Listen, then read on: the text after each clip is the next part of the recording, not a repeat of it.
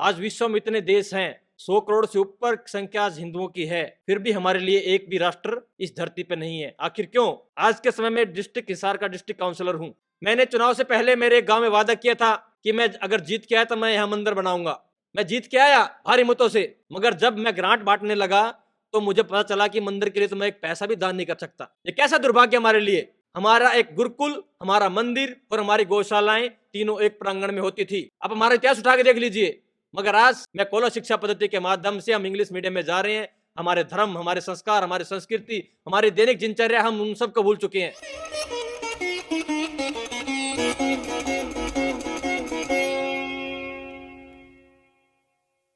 श्री श्री 1008 श्री महामंडलेश्वर स्वामी दर्शनगिरी जी महाराज जी के चरणों में प्रार्थना करती हूँ कि वे हमें हिंदू राष्ट्र स्थापना के विषय में अपना आशीर्वचन दें।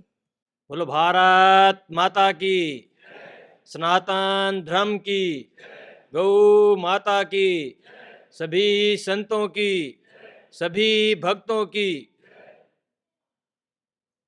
बहुत ही मान व सम्मान के योग्य व्यासपीठ पर विराजमान सम्मानित मंच और उत्तरी भारत के सभी राज्यों से पधारे हुए सभी हिंदूवादी, माँ भारती के लिए काम करने वाले, गौ माता के लिए काम करने वाले सभी भक्त गणों का मैं यहाँ पहुँचने पर हार्दिक वंदन करता हूँ, अभिनंदन करता हूँ। ये बहुत ही सौभाग्य की बात है कि हिंदू जागृति मंच के माध्यम से अखंड भारत में हिंदुओं को जागृत करने के लिए समय समय पर बहुत से सम्मेलन आयोजित किए जाते हैं। आज भी इस दिल्ली के प्रांगण में, जो भारत की हृदय है, मैं समझता हूँ दिल्ली, वहाँ पे भी एक बहुत ही अच्छा आयोजन किया गया है इन लोगों के माध्यम से। मैं इनका भी हार्दिक वंदन करता हूँ, अभिनंदन करता हूँ। हिंदू कौन? आज विश्व में इतने देश हैं, मगर आज हम 100 करोड़ से ऊपर संख्या आज हिंदुओं की है, फिर भी हमारे लिए एक भी राष्ट्र इस धरती पर नहीं है। आखिर क्यों? जिस प्रकार अभी डॉक्टर साहब ने बताया, ये हमारे लिए बहुत ही चिंता का विषय है। हम सभी को इस पर चिंतन करना चाहिए, क्योंकि हम लोगों की कमी के कारण ही जो आतताई है, राक्षस प्रवृत्ति के लोग हैं, वो आज बढ़ रहे हैं। हमने सुना था कि बहुत से हम में से ही लोग ऐसे होते हैं जो हमको हमेशा नीचा दिखाने की कोशिश करते हैं, जिनको पुराने समय में जैनचंद बोला जाता था। और वो मैं समझता हूँ आज भी कुछ 5-10% इस देश में हैं, मगर हम उनको नजरअंदाज करते हुए हमें राष्ट्र की रक्षा के लिए हमें आगे बढ़ना होगा। आज स्वामी विवेकानंद जी ने कहा था कि गर्व से कहो हम हिंदू हैं। किसी के कहने सुनने से नहीं, ये आवाज हमारे अंदर से आनी चाहिए कि हम हिंदू हैं। हिंदू कौन? उसकी क्या पहचान होती है? सबसे पहले मैं अपने शरीर के विषय में जानकारी साझा करना चाहता हूं। जिस प्रकार अन्य धर्मों की एक पहचान होती है, कोई बकरा कटिंग रखता है, कोई छोटे भाई का पजामा, बड़े भाई का कुर्ता पहनता है, इसी प्रकार सभी धर्मों की अपनी पहचान होती है। उसी प्रकार सनातनी हिंदू की पहचान है माथे में तिलक, शिखा, धोती, कुर्ता, हमारा आचार व्यवहार, हमारी भाषा, हमारी सभ्यता, ये सब चीजें हमारी पहचान है। ये किस प्रकार आएगी?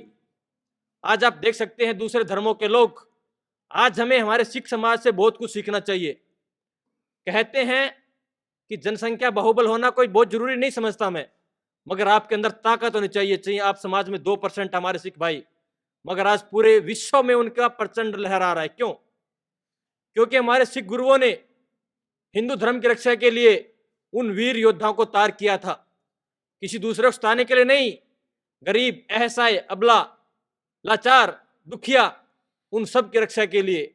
और आप देख सकते हैं जहां भी किसी पे अत्याचार होते हैं, किसी पे जुल्म होते हैं, तो आज हमारे सिख समाज के लोग कंधे से कंधा मिला के तन मन और धन से हमारे साथ रहते हैं। हमें उनसे शिक्षा लेनी चाहिए। पैसा तो आज मैं समझता हूं कि हिंदुस्तान में बहुत ज्यादा होगा, मगर वो पैसा किस काम का जो हमारे धर्म के लिए, हमारी संस्कृति के लिए, हमारी गौ माता के लिए, हमारे राष्ट्र के लिए काम ना आए। तो मैं सभी धर्म सज्जनों से निवेदन भी करता हूं कि आप किसी भी कार्य में निपुण हो, % दक्ष हो। जिस प्रकार हमारे आज एक महान मूर्ति हमारे बीच में बैठी हुई है, विष्णु जी, ये अपने कार्य में 100% दक्ष हैं, अधिवक्ता हैं, तो अपने फील्ड के माध्यम से ये हमारे धर्म की रक्षा के लिए, देश की रक्षा के लिए हमारे साथ जुड़े हुए हैं। उसी प्रकार आप सब भी किसी न किसी कार्य में 100% निपुण हैं। मैं नहीं कहता कि आप 100% देश के लिए दीजिए, मगर बहुत से हमारे साथ साथी हैं, सन्यासी हैं, साधु संत हैं, और सिंपल वस्त्रों में आपको बहुत से इस प्रकार संघ आज कार्य कर रहा है, वो भी अपना जीवन का 100% दे रहे हैं। तो आप जितना ज्यादा दे सकते हैं अपने देश और अपने धर्म, अपनी संस्कृति, खुद की रक्षा के लिए पे आगे आना होगा। इसके लिए हमें क्या करना होगा? जो बच्चे होते हैं वो हमारी जड़ होती हैं, हमारे भाग्य विधाता होता है, हमारे भविष्य की नींव होती है। हमारा गर्भ धारण से पहले हमारे संस्कार होते हैं, हमें हमारे उन सभी संस्कारों को पुनर्जीवित करना होगा।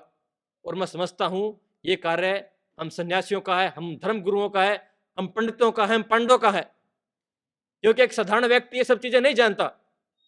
एक गुरु होता है, वो अंधकार से प्रकाश की तरफ लेके जाता है। तो हमें अपने बच्चों को, अपने शिष्यों को समझाना होगा, सिखाना होगा। गर्भ धारण के समय हमें हमारा बच्चा विद्वान बनाना है, योद्धा बनाना है, जो भी हमें बनाना है वो गर्भ धारण के समय हम अगर उसका अनुपालन करेंगे, हम उसको शिक्षा को समझेंगे, तो हमें अवश्य ही वैसी संतान पैदा होगी। यह आप पे निर्भर करता है। आज हमारी जनसंख्या इतनी दिन ब दिन बढ़ रही है, मगर आज 10-20% लोग भी नहीं है जो देश धर्म के लिए मर मिटने वाले हैं। मैं जूना अखाड़े का महामंडलेश्वर हूं, उसके नाते भी मैं सभी संत वंदनों से, सभी देशवासियों से एक विनम्र निवेदन करता हूं कि अपने शिष्य ऐसे तैयार कीजिए, चाहे कम कीजिए, 3 कीजिए, 4 कीजिए, 5 कीजिए, 10 कीजिए, 100 कीजिए, लाख कीजिए, मगर ऐसे तैयार कीजिए कि दो देश धर्म के लिए हमेशा मर मिटने वाले हो। व्यक्ति विशेष के लिए नहीं, अपने लिए तो जीव जंतु भी अपने बच्चों को पालन पोषण करते हैं, मगर देश के लिए काम करना एक बहुत बड़ी बात है। आज हमारे बहुत से गुरु समझते हैं कि हम हमारे बच्चों को कुछ कार्य के लिए बोलेंगे, देश धर्म के लिए बोलेंगे, तो हमारी संख्या कम हो जाएगी, हमारे चेले कम हो जाएंगे। उसकी चिंता मत कीजिए। शेरों की संख्या जंगल में ज्यादा नहीं होती, भेड़िए कुत्ते चाहे कितने भी हो, मगर वो शेर के आगे टिक नहीं सकते। तो शेर योद्धा आप तैयार कीजिए, मेरा आप सबसे निवेदन है। अपने बच्चों को संस्कार दीजिए, उन्हें प्रातः उठते ही आप मंदिर में लेके जाइए, उन्हें गौशाला में लेके जाइए, उन्हें गुरुकुल शिक्षा की पद्धति के माध्यम से पढ़ाइए। आप हमारा पुराना इतिहास उठा के देखेंगे, हम गुरुकुलों में हमारी शिक्षा पद्धति होती थी। चाहे राजा का बेटा था या किसी गरीब का, वो गुरुकुल में ही पढ़ता था। ऐसा नहीं है ये दुष्प्रचार फैलाया गया कि गुरुकुलों में तो केवल धर्म की शिक्षा दी जाती है। धर्म हमारे लिए बहुत जरूरी है। अगर धर्म नहीं है तो राष्ट्र भी नहीं है।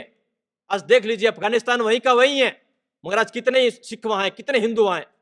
सोचिए आप, वो लोग अपने धर्म को बढ़ाने के लिए दूसरे धर्म का अत्याचार कर रहे हैं। मगर सनातन धर्म कभी किसी को नहीं कहता कि आप दूसरे अपने धर्म की रक्षा के लिए, अपने धर्म को बढ़ावा करने के लिए आप दूसरे पर अत्याचार कीजिए। कहीं भी इतिहास में मुझे दिखा दीजिए कि हिंदुस्तान ने कभी किसी देश पे आक्रमण किया है? किया नहीं किया है? नहीं किया, कभी भी नहीं किया है, और ना हम कभी करेंगे। मगर जब जब हम पे आंच आई है, हमने शस्त्र उठाए हैं। तो उन शस्त्र उठाने के लिए, आत्मरक्षा के लिए हमें हमारे बच्चों को नित्य प्रति ध्यान, साधना, उपासना सब करवाने हैं। शिक्षा देनी है, मगर शिक्षा के साथ साथ हमें शस्त्र भी चलाना आना चाहिए। आज हमारे देवताओं के हाथ में शंख है, भाले हैं, तलवार है, शास्त्र है। शास्त्र के साथ शस्त्र चलाना सीखना है हमें। किस शस्त्र का उपयोग, हमें शास्त्र बताता है किस शस्त्र का उपयोग हमें कब करना है, ये हम सब बच्चों को सिखाना होगा। दूसरा, जो गौ माता हमारी है, आज वो इस धरा पे चलाने वाली, सृष्टि को चलाने वाली हमारी गौ माता है। आज उसकी विडंबना देखिए।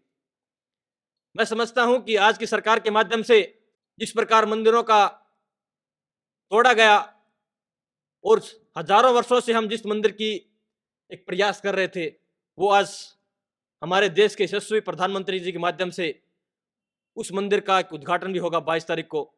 हमें हमारे ऐसे योद्धाओं का तन मन धन से ऐसे साथ देना चाहिए। जो भी हिंदू धर्म के लिए काम करे, उस तन मन धन से साथ देना होगा। तो हमारे बच्चों को हमें शास्त्र में, शस्त्र में निपुण करना है। और हमारी गौ माता है, उसकी हमें रक्षा करनी होगी, संरक्षण करना होगा, संवर्धन करना होगा। मेरा इस मंच के माध्यम से एक निवेदन भी है हमारे देश के प्रधानमंत्री जी से कि अपने जो कार्य आज तक संभव नहीं होते वो संभव किए हैं। मैं समझता हूं कि एक आज गो हत्या का कलंक भी हमारे देश के ऊपर बहुत बड़ा है। इसको अगर मिटा सकते हैं तो अब की सरकारें मिटा सकती है। तो ये बहुत बड़ा कलंक भी है, अगर मिटाना है। जिस प्रकार अभी माननीय जी ने कहा था कि सरकारें तो आती है जाती रहेंगी, मगर हमें हमारे संस्कृति, हमारे संस्कार, हमारे धर्म को बचाने के लिए हमें धरती पे काम करना होगा। अगर हम ग्राउंड पे लेवल पे काम करेंगे तो हमें कोई नहीं मिटा सकता। आज दूसरे धर्म के लोग बिल्कुल अनपढ़ हैं। आज उन्होंने, मैं समझता हूं कि हमारे समाज के 60% से ज्यादा व्यवसाय पे अपना कब्जा कर लिया है। चाहे वो बाल काटने वाला हो, चाहे वो चूड़ी बेचने वाला हो, चाहे वो सब्जी बेचने वाला हो, चाहे वो कोई भी काम करने वाला हो। वो अनपढ़ हैं, वो कुछ ज्यादा जानते नहीं है, मगर उनको धर्म के विषय में उनके जो मदरसे हैं, मस्जिदें हैं, वहां से पढ़ाया जाता है उनको कि हमें सबसे पहले हमारे धर्म की रक्षा करनी है। आज हमारे युवा क्या है, 90% तक मैं समझता हूँ पढ़े लिखे हैं, डिग्री लेके कागज का टुकड़ा समझता हूं मैं उनको, वो लेके घूम रहे हैं। मगर देश धर्म की रक्षा के लिए कितने लोग हमारे साथ आ रहे हैं? हमें हमारे उन युवाओं को उचित मार्गदर्शन देके हमारे समाज के साथ, हमारे धर्म रक्षा के साथ जोड़ना है। क्योंकि अगर हमें शिक्षा में हम निपुण है तो हम कोई भी कार्य हम कर सकते हैं। वो लोग पढ़े लिखे होके भी, साइंटिस्ट होके भी आतंकवादी बनते हैं, दूसरे लोगों का अत्याचार करते हैं, दूसरे लोगों को मारते हैं। मगर हम साइंटिस्ट, डॉक्टर, इंजीनियर होके भी हम हमारे देश के लिए, हमारे धर्म के लिए, इनको छोड़िए हम हमारे परिवार के लिए समय नहीं दे पा रहे हैं आज। क्योंकि आज जो हमारी मातृशक्ति है उसका काम होता है कि गृहिणी के रूप में एक परिवार की, मैं समझता हूं सबसे मेन जो रीढ़ की हड्डी है वो माता होती है। आज वो माता नौकरी के चक्कर में दर दर भटक रही है, तो हमारे बच्चों को संस्कार कहां से आएंगे? आप क्या अपेक्षा रख सकते हैं उन बच्चों से? आप छोटा सा बच्चा होते ही आप उसको किसी न किसी आश्रम में छोड़ आते हैं पढ़ने लिखने के लिए। जब आप अपने बच्चों का पालन पोषण नहीं कर सकते, उनको संस्कार नहीं दे सकते, उनको संस्कृति के विषय में नहीं बताएंगे, तो दूसरा आपको बच्चों को क्या शिक्षा देगा? तो मेरी माता बहनों से ये निवेदन भी है कि अपने बच्चों को, अपने भविष्य को अगर सुरक्षित रखना है तो आप खुद उनको आप शिक्षा देंगे। अन्य विषय भी, जैसे भी लव जिहाद का हमारा बताया गया है, ये भी एक शिक्षा के माध्यम से जुड़ा हुआ है। तीसरा, जैसे भी माननीय जी ने बताया था, हमारे मंदिरों का संरक्षण। मैं इस मंच के माध्यम से भी, हमारे अधिवक्ता जी यहाँ बैठे हुए हैं और विभिन्न संगठनों के लोग भी आए हुए हैं, और जहां तक मेरी आवाज समझ जाती है, मैं आप सबसे निवेदन करता हूं कि हमारी मंदिरों की रक्षा के लिए हमें सरकार के सामने निवेदन करना चाहिए। निवेदन नहीं होता, हमें आंदोलन भी करना चाहिए। क्योंकि आज दूसरे लोग हैं, हमारे टैक्स के पैसे से वो विदेशों में यात्रा करके आते हैं, अपने धार्मिक स्थलों पर जाते हैं, मगर हमारा ही पैसा कितने मंदिरों पर आज लग रहा है। मैं आज के समय में डिस्ट्रिक्ट हिसार का डिस्ट्रिक्ट काउंसलर हूं। मैंने चुनाव से पहले मेरे गांव में वादा किया था कि मैं अगर जीत के आया तो मैं यहां मंदिर बनाऊंगा। मैं जीत के आया भारी मतों से, मगर जब मैं ग्रांट बांटने लगा तो मुझे पता चला कि मंदिर के लिए तो मैं एक पैसा भी दान नहीं कर सकता। ये कैसा दुर्भाग्य हमारे लिए कि हमारा पैसा हम हमारे मंदिरों पर नहीं लगा सकते और दूसरे लोग हमारे पैसे से मजा ले। ये कैसा संविधान है? इसमें हमारे डॉक्टर साहब ने बहुत कुछ हमारे देश के लिए किया, हम लोगों के लिए क्या, गरीब असहाय के लिए क्या, मगर हमारे मठ मंदिरों की रक्षा करना भी हमारा कर्तव्य है। तो मेरा आप सबसे यह भी निवेदन है कि हमें हमारे माननीय प्रधानमंत्री जी को एक लेटर लिखना चाहिए कि जो पैसा हिंदू धर्म से हमारे लोग श्रद्धाओं से आता है, दान चढ़ावे से आता है, वो केवल और केवल हिंदू धर्म के लिए काम आना चाहिए, किसी दूसरे धर्म के लिए नहीं। क्योंकि हमारा एक गुरुकुल, हमारा मंदिर और हमारी गौशालाएं तीनों एक प्रांगण में होती थी। आप हमारा इतिहास उठा के देख लीजिए, मगर आज मैं कॉलेज शिक्षा पद्धति के माध्यम से हम इंग्लिश मीडियम में जा रहे हैं। हमारे धर्म, हमारे संस्कार, हमारी संस्कृति, हमारी दैनिक दिनचर्या, हम उन सबको भूल चुके हैं। अगर इन सबको हमें पुनर्जीवित करना है तो हमें ये तीनों चीज, गुरुकुल, गौशाला और मंदिर, ये तीनों हमें एक जगह दोबारा स्थापित करने ही होंगे। तभी हमारा जो संस्कार है, हमारी संस्कृति है, जो ये हिंदू राष्ट्र है, ये पुनर्जीवित रह सकता है। ये हिंदू राष्ट्र है, मगर हमें संविधान में भी लिखवाना है कि हिंदू राष्ट्र है। मैं समझता हूं दूसरे देशों के जो दूसरे धर्म हैं, मजहब हैं, उनके लिए 157 के लगभग देश हैं, मगर हिंदू अगर यहाँ पे आक्रमण हो गया, जिस प्रकार इजराइल के लोग अपने आप को बचा सकते हैं, क्यों बचा सकते हैं वो लोग? क्योंकि उनके पास सक्षम है वो अपने आप को बचाने के लिए वो सेना का इंतजार नहीं करते कि सेना आएगी हमें बचाएगी, उनके घरों में खुद के पास अस्त्र शस्त्र हैं। तो मैं आप लोगों से ये भी निवेदन करता हूं कि अपने घरों में जितना हो सके शस्त्रों का भी अवश्य, शस्त्र के साथ शस्त्र का भी आप अवश्य संग्रह करके रखेंगे तो आप सब लोग जीवित रह पाएंगे। मैं आप सबका पुनः यहाँ पहुंचने पर तहे दिल से धन्यवाद करता हूं। धन्यवाद। जोर से जयकार लगाएंगे। भारत माता की, गौ माता की, सनातन धर्म की। गर्व से कहो, गर्व से कहो। बहुत बहुत धन्यवाद।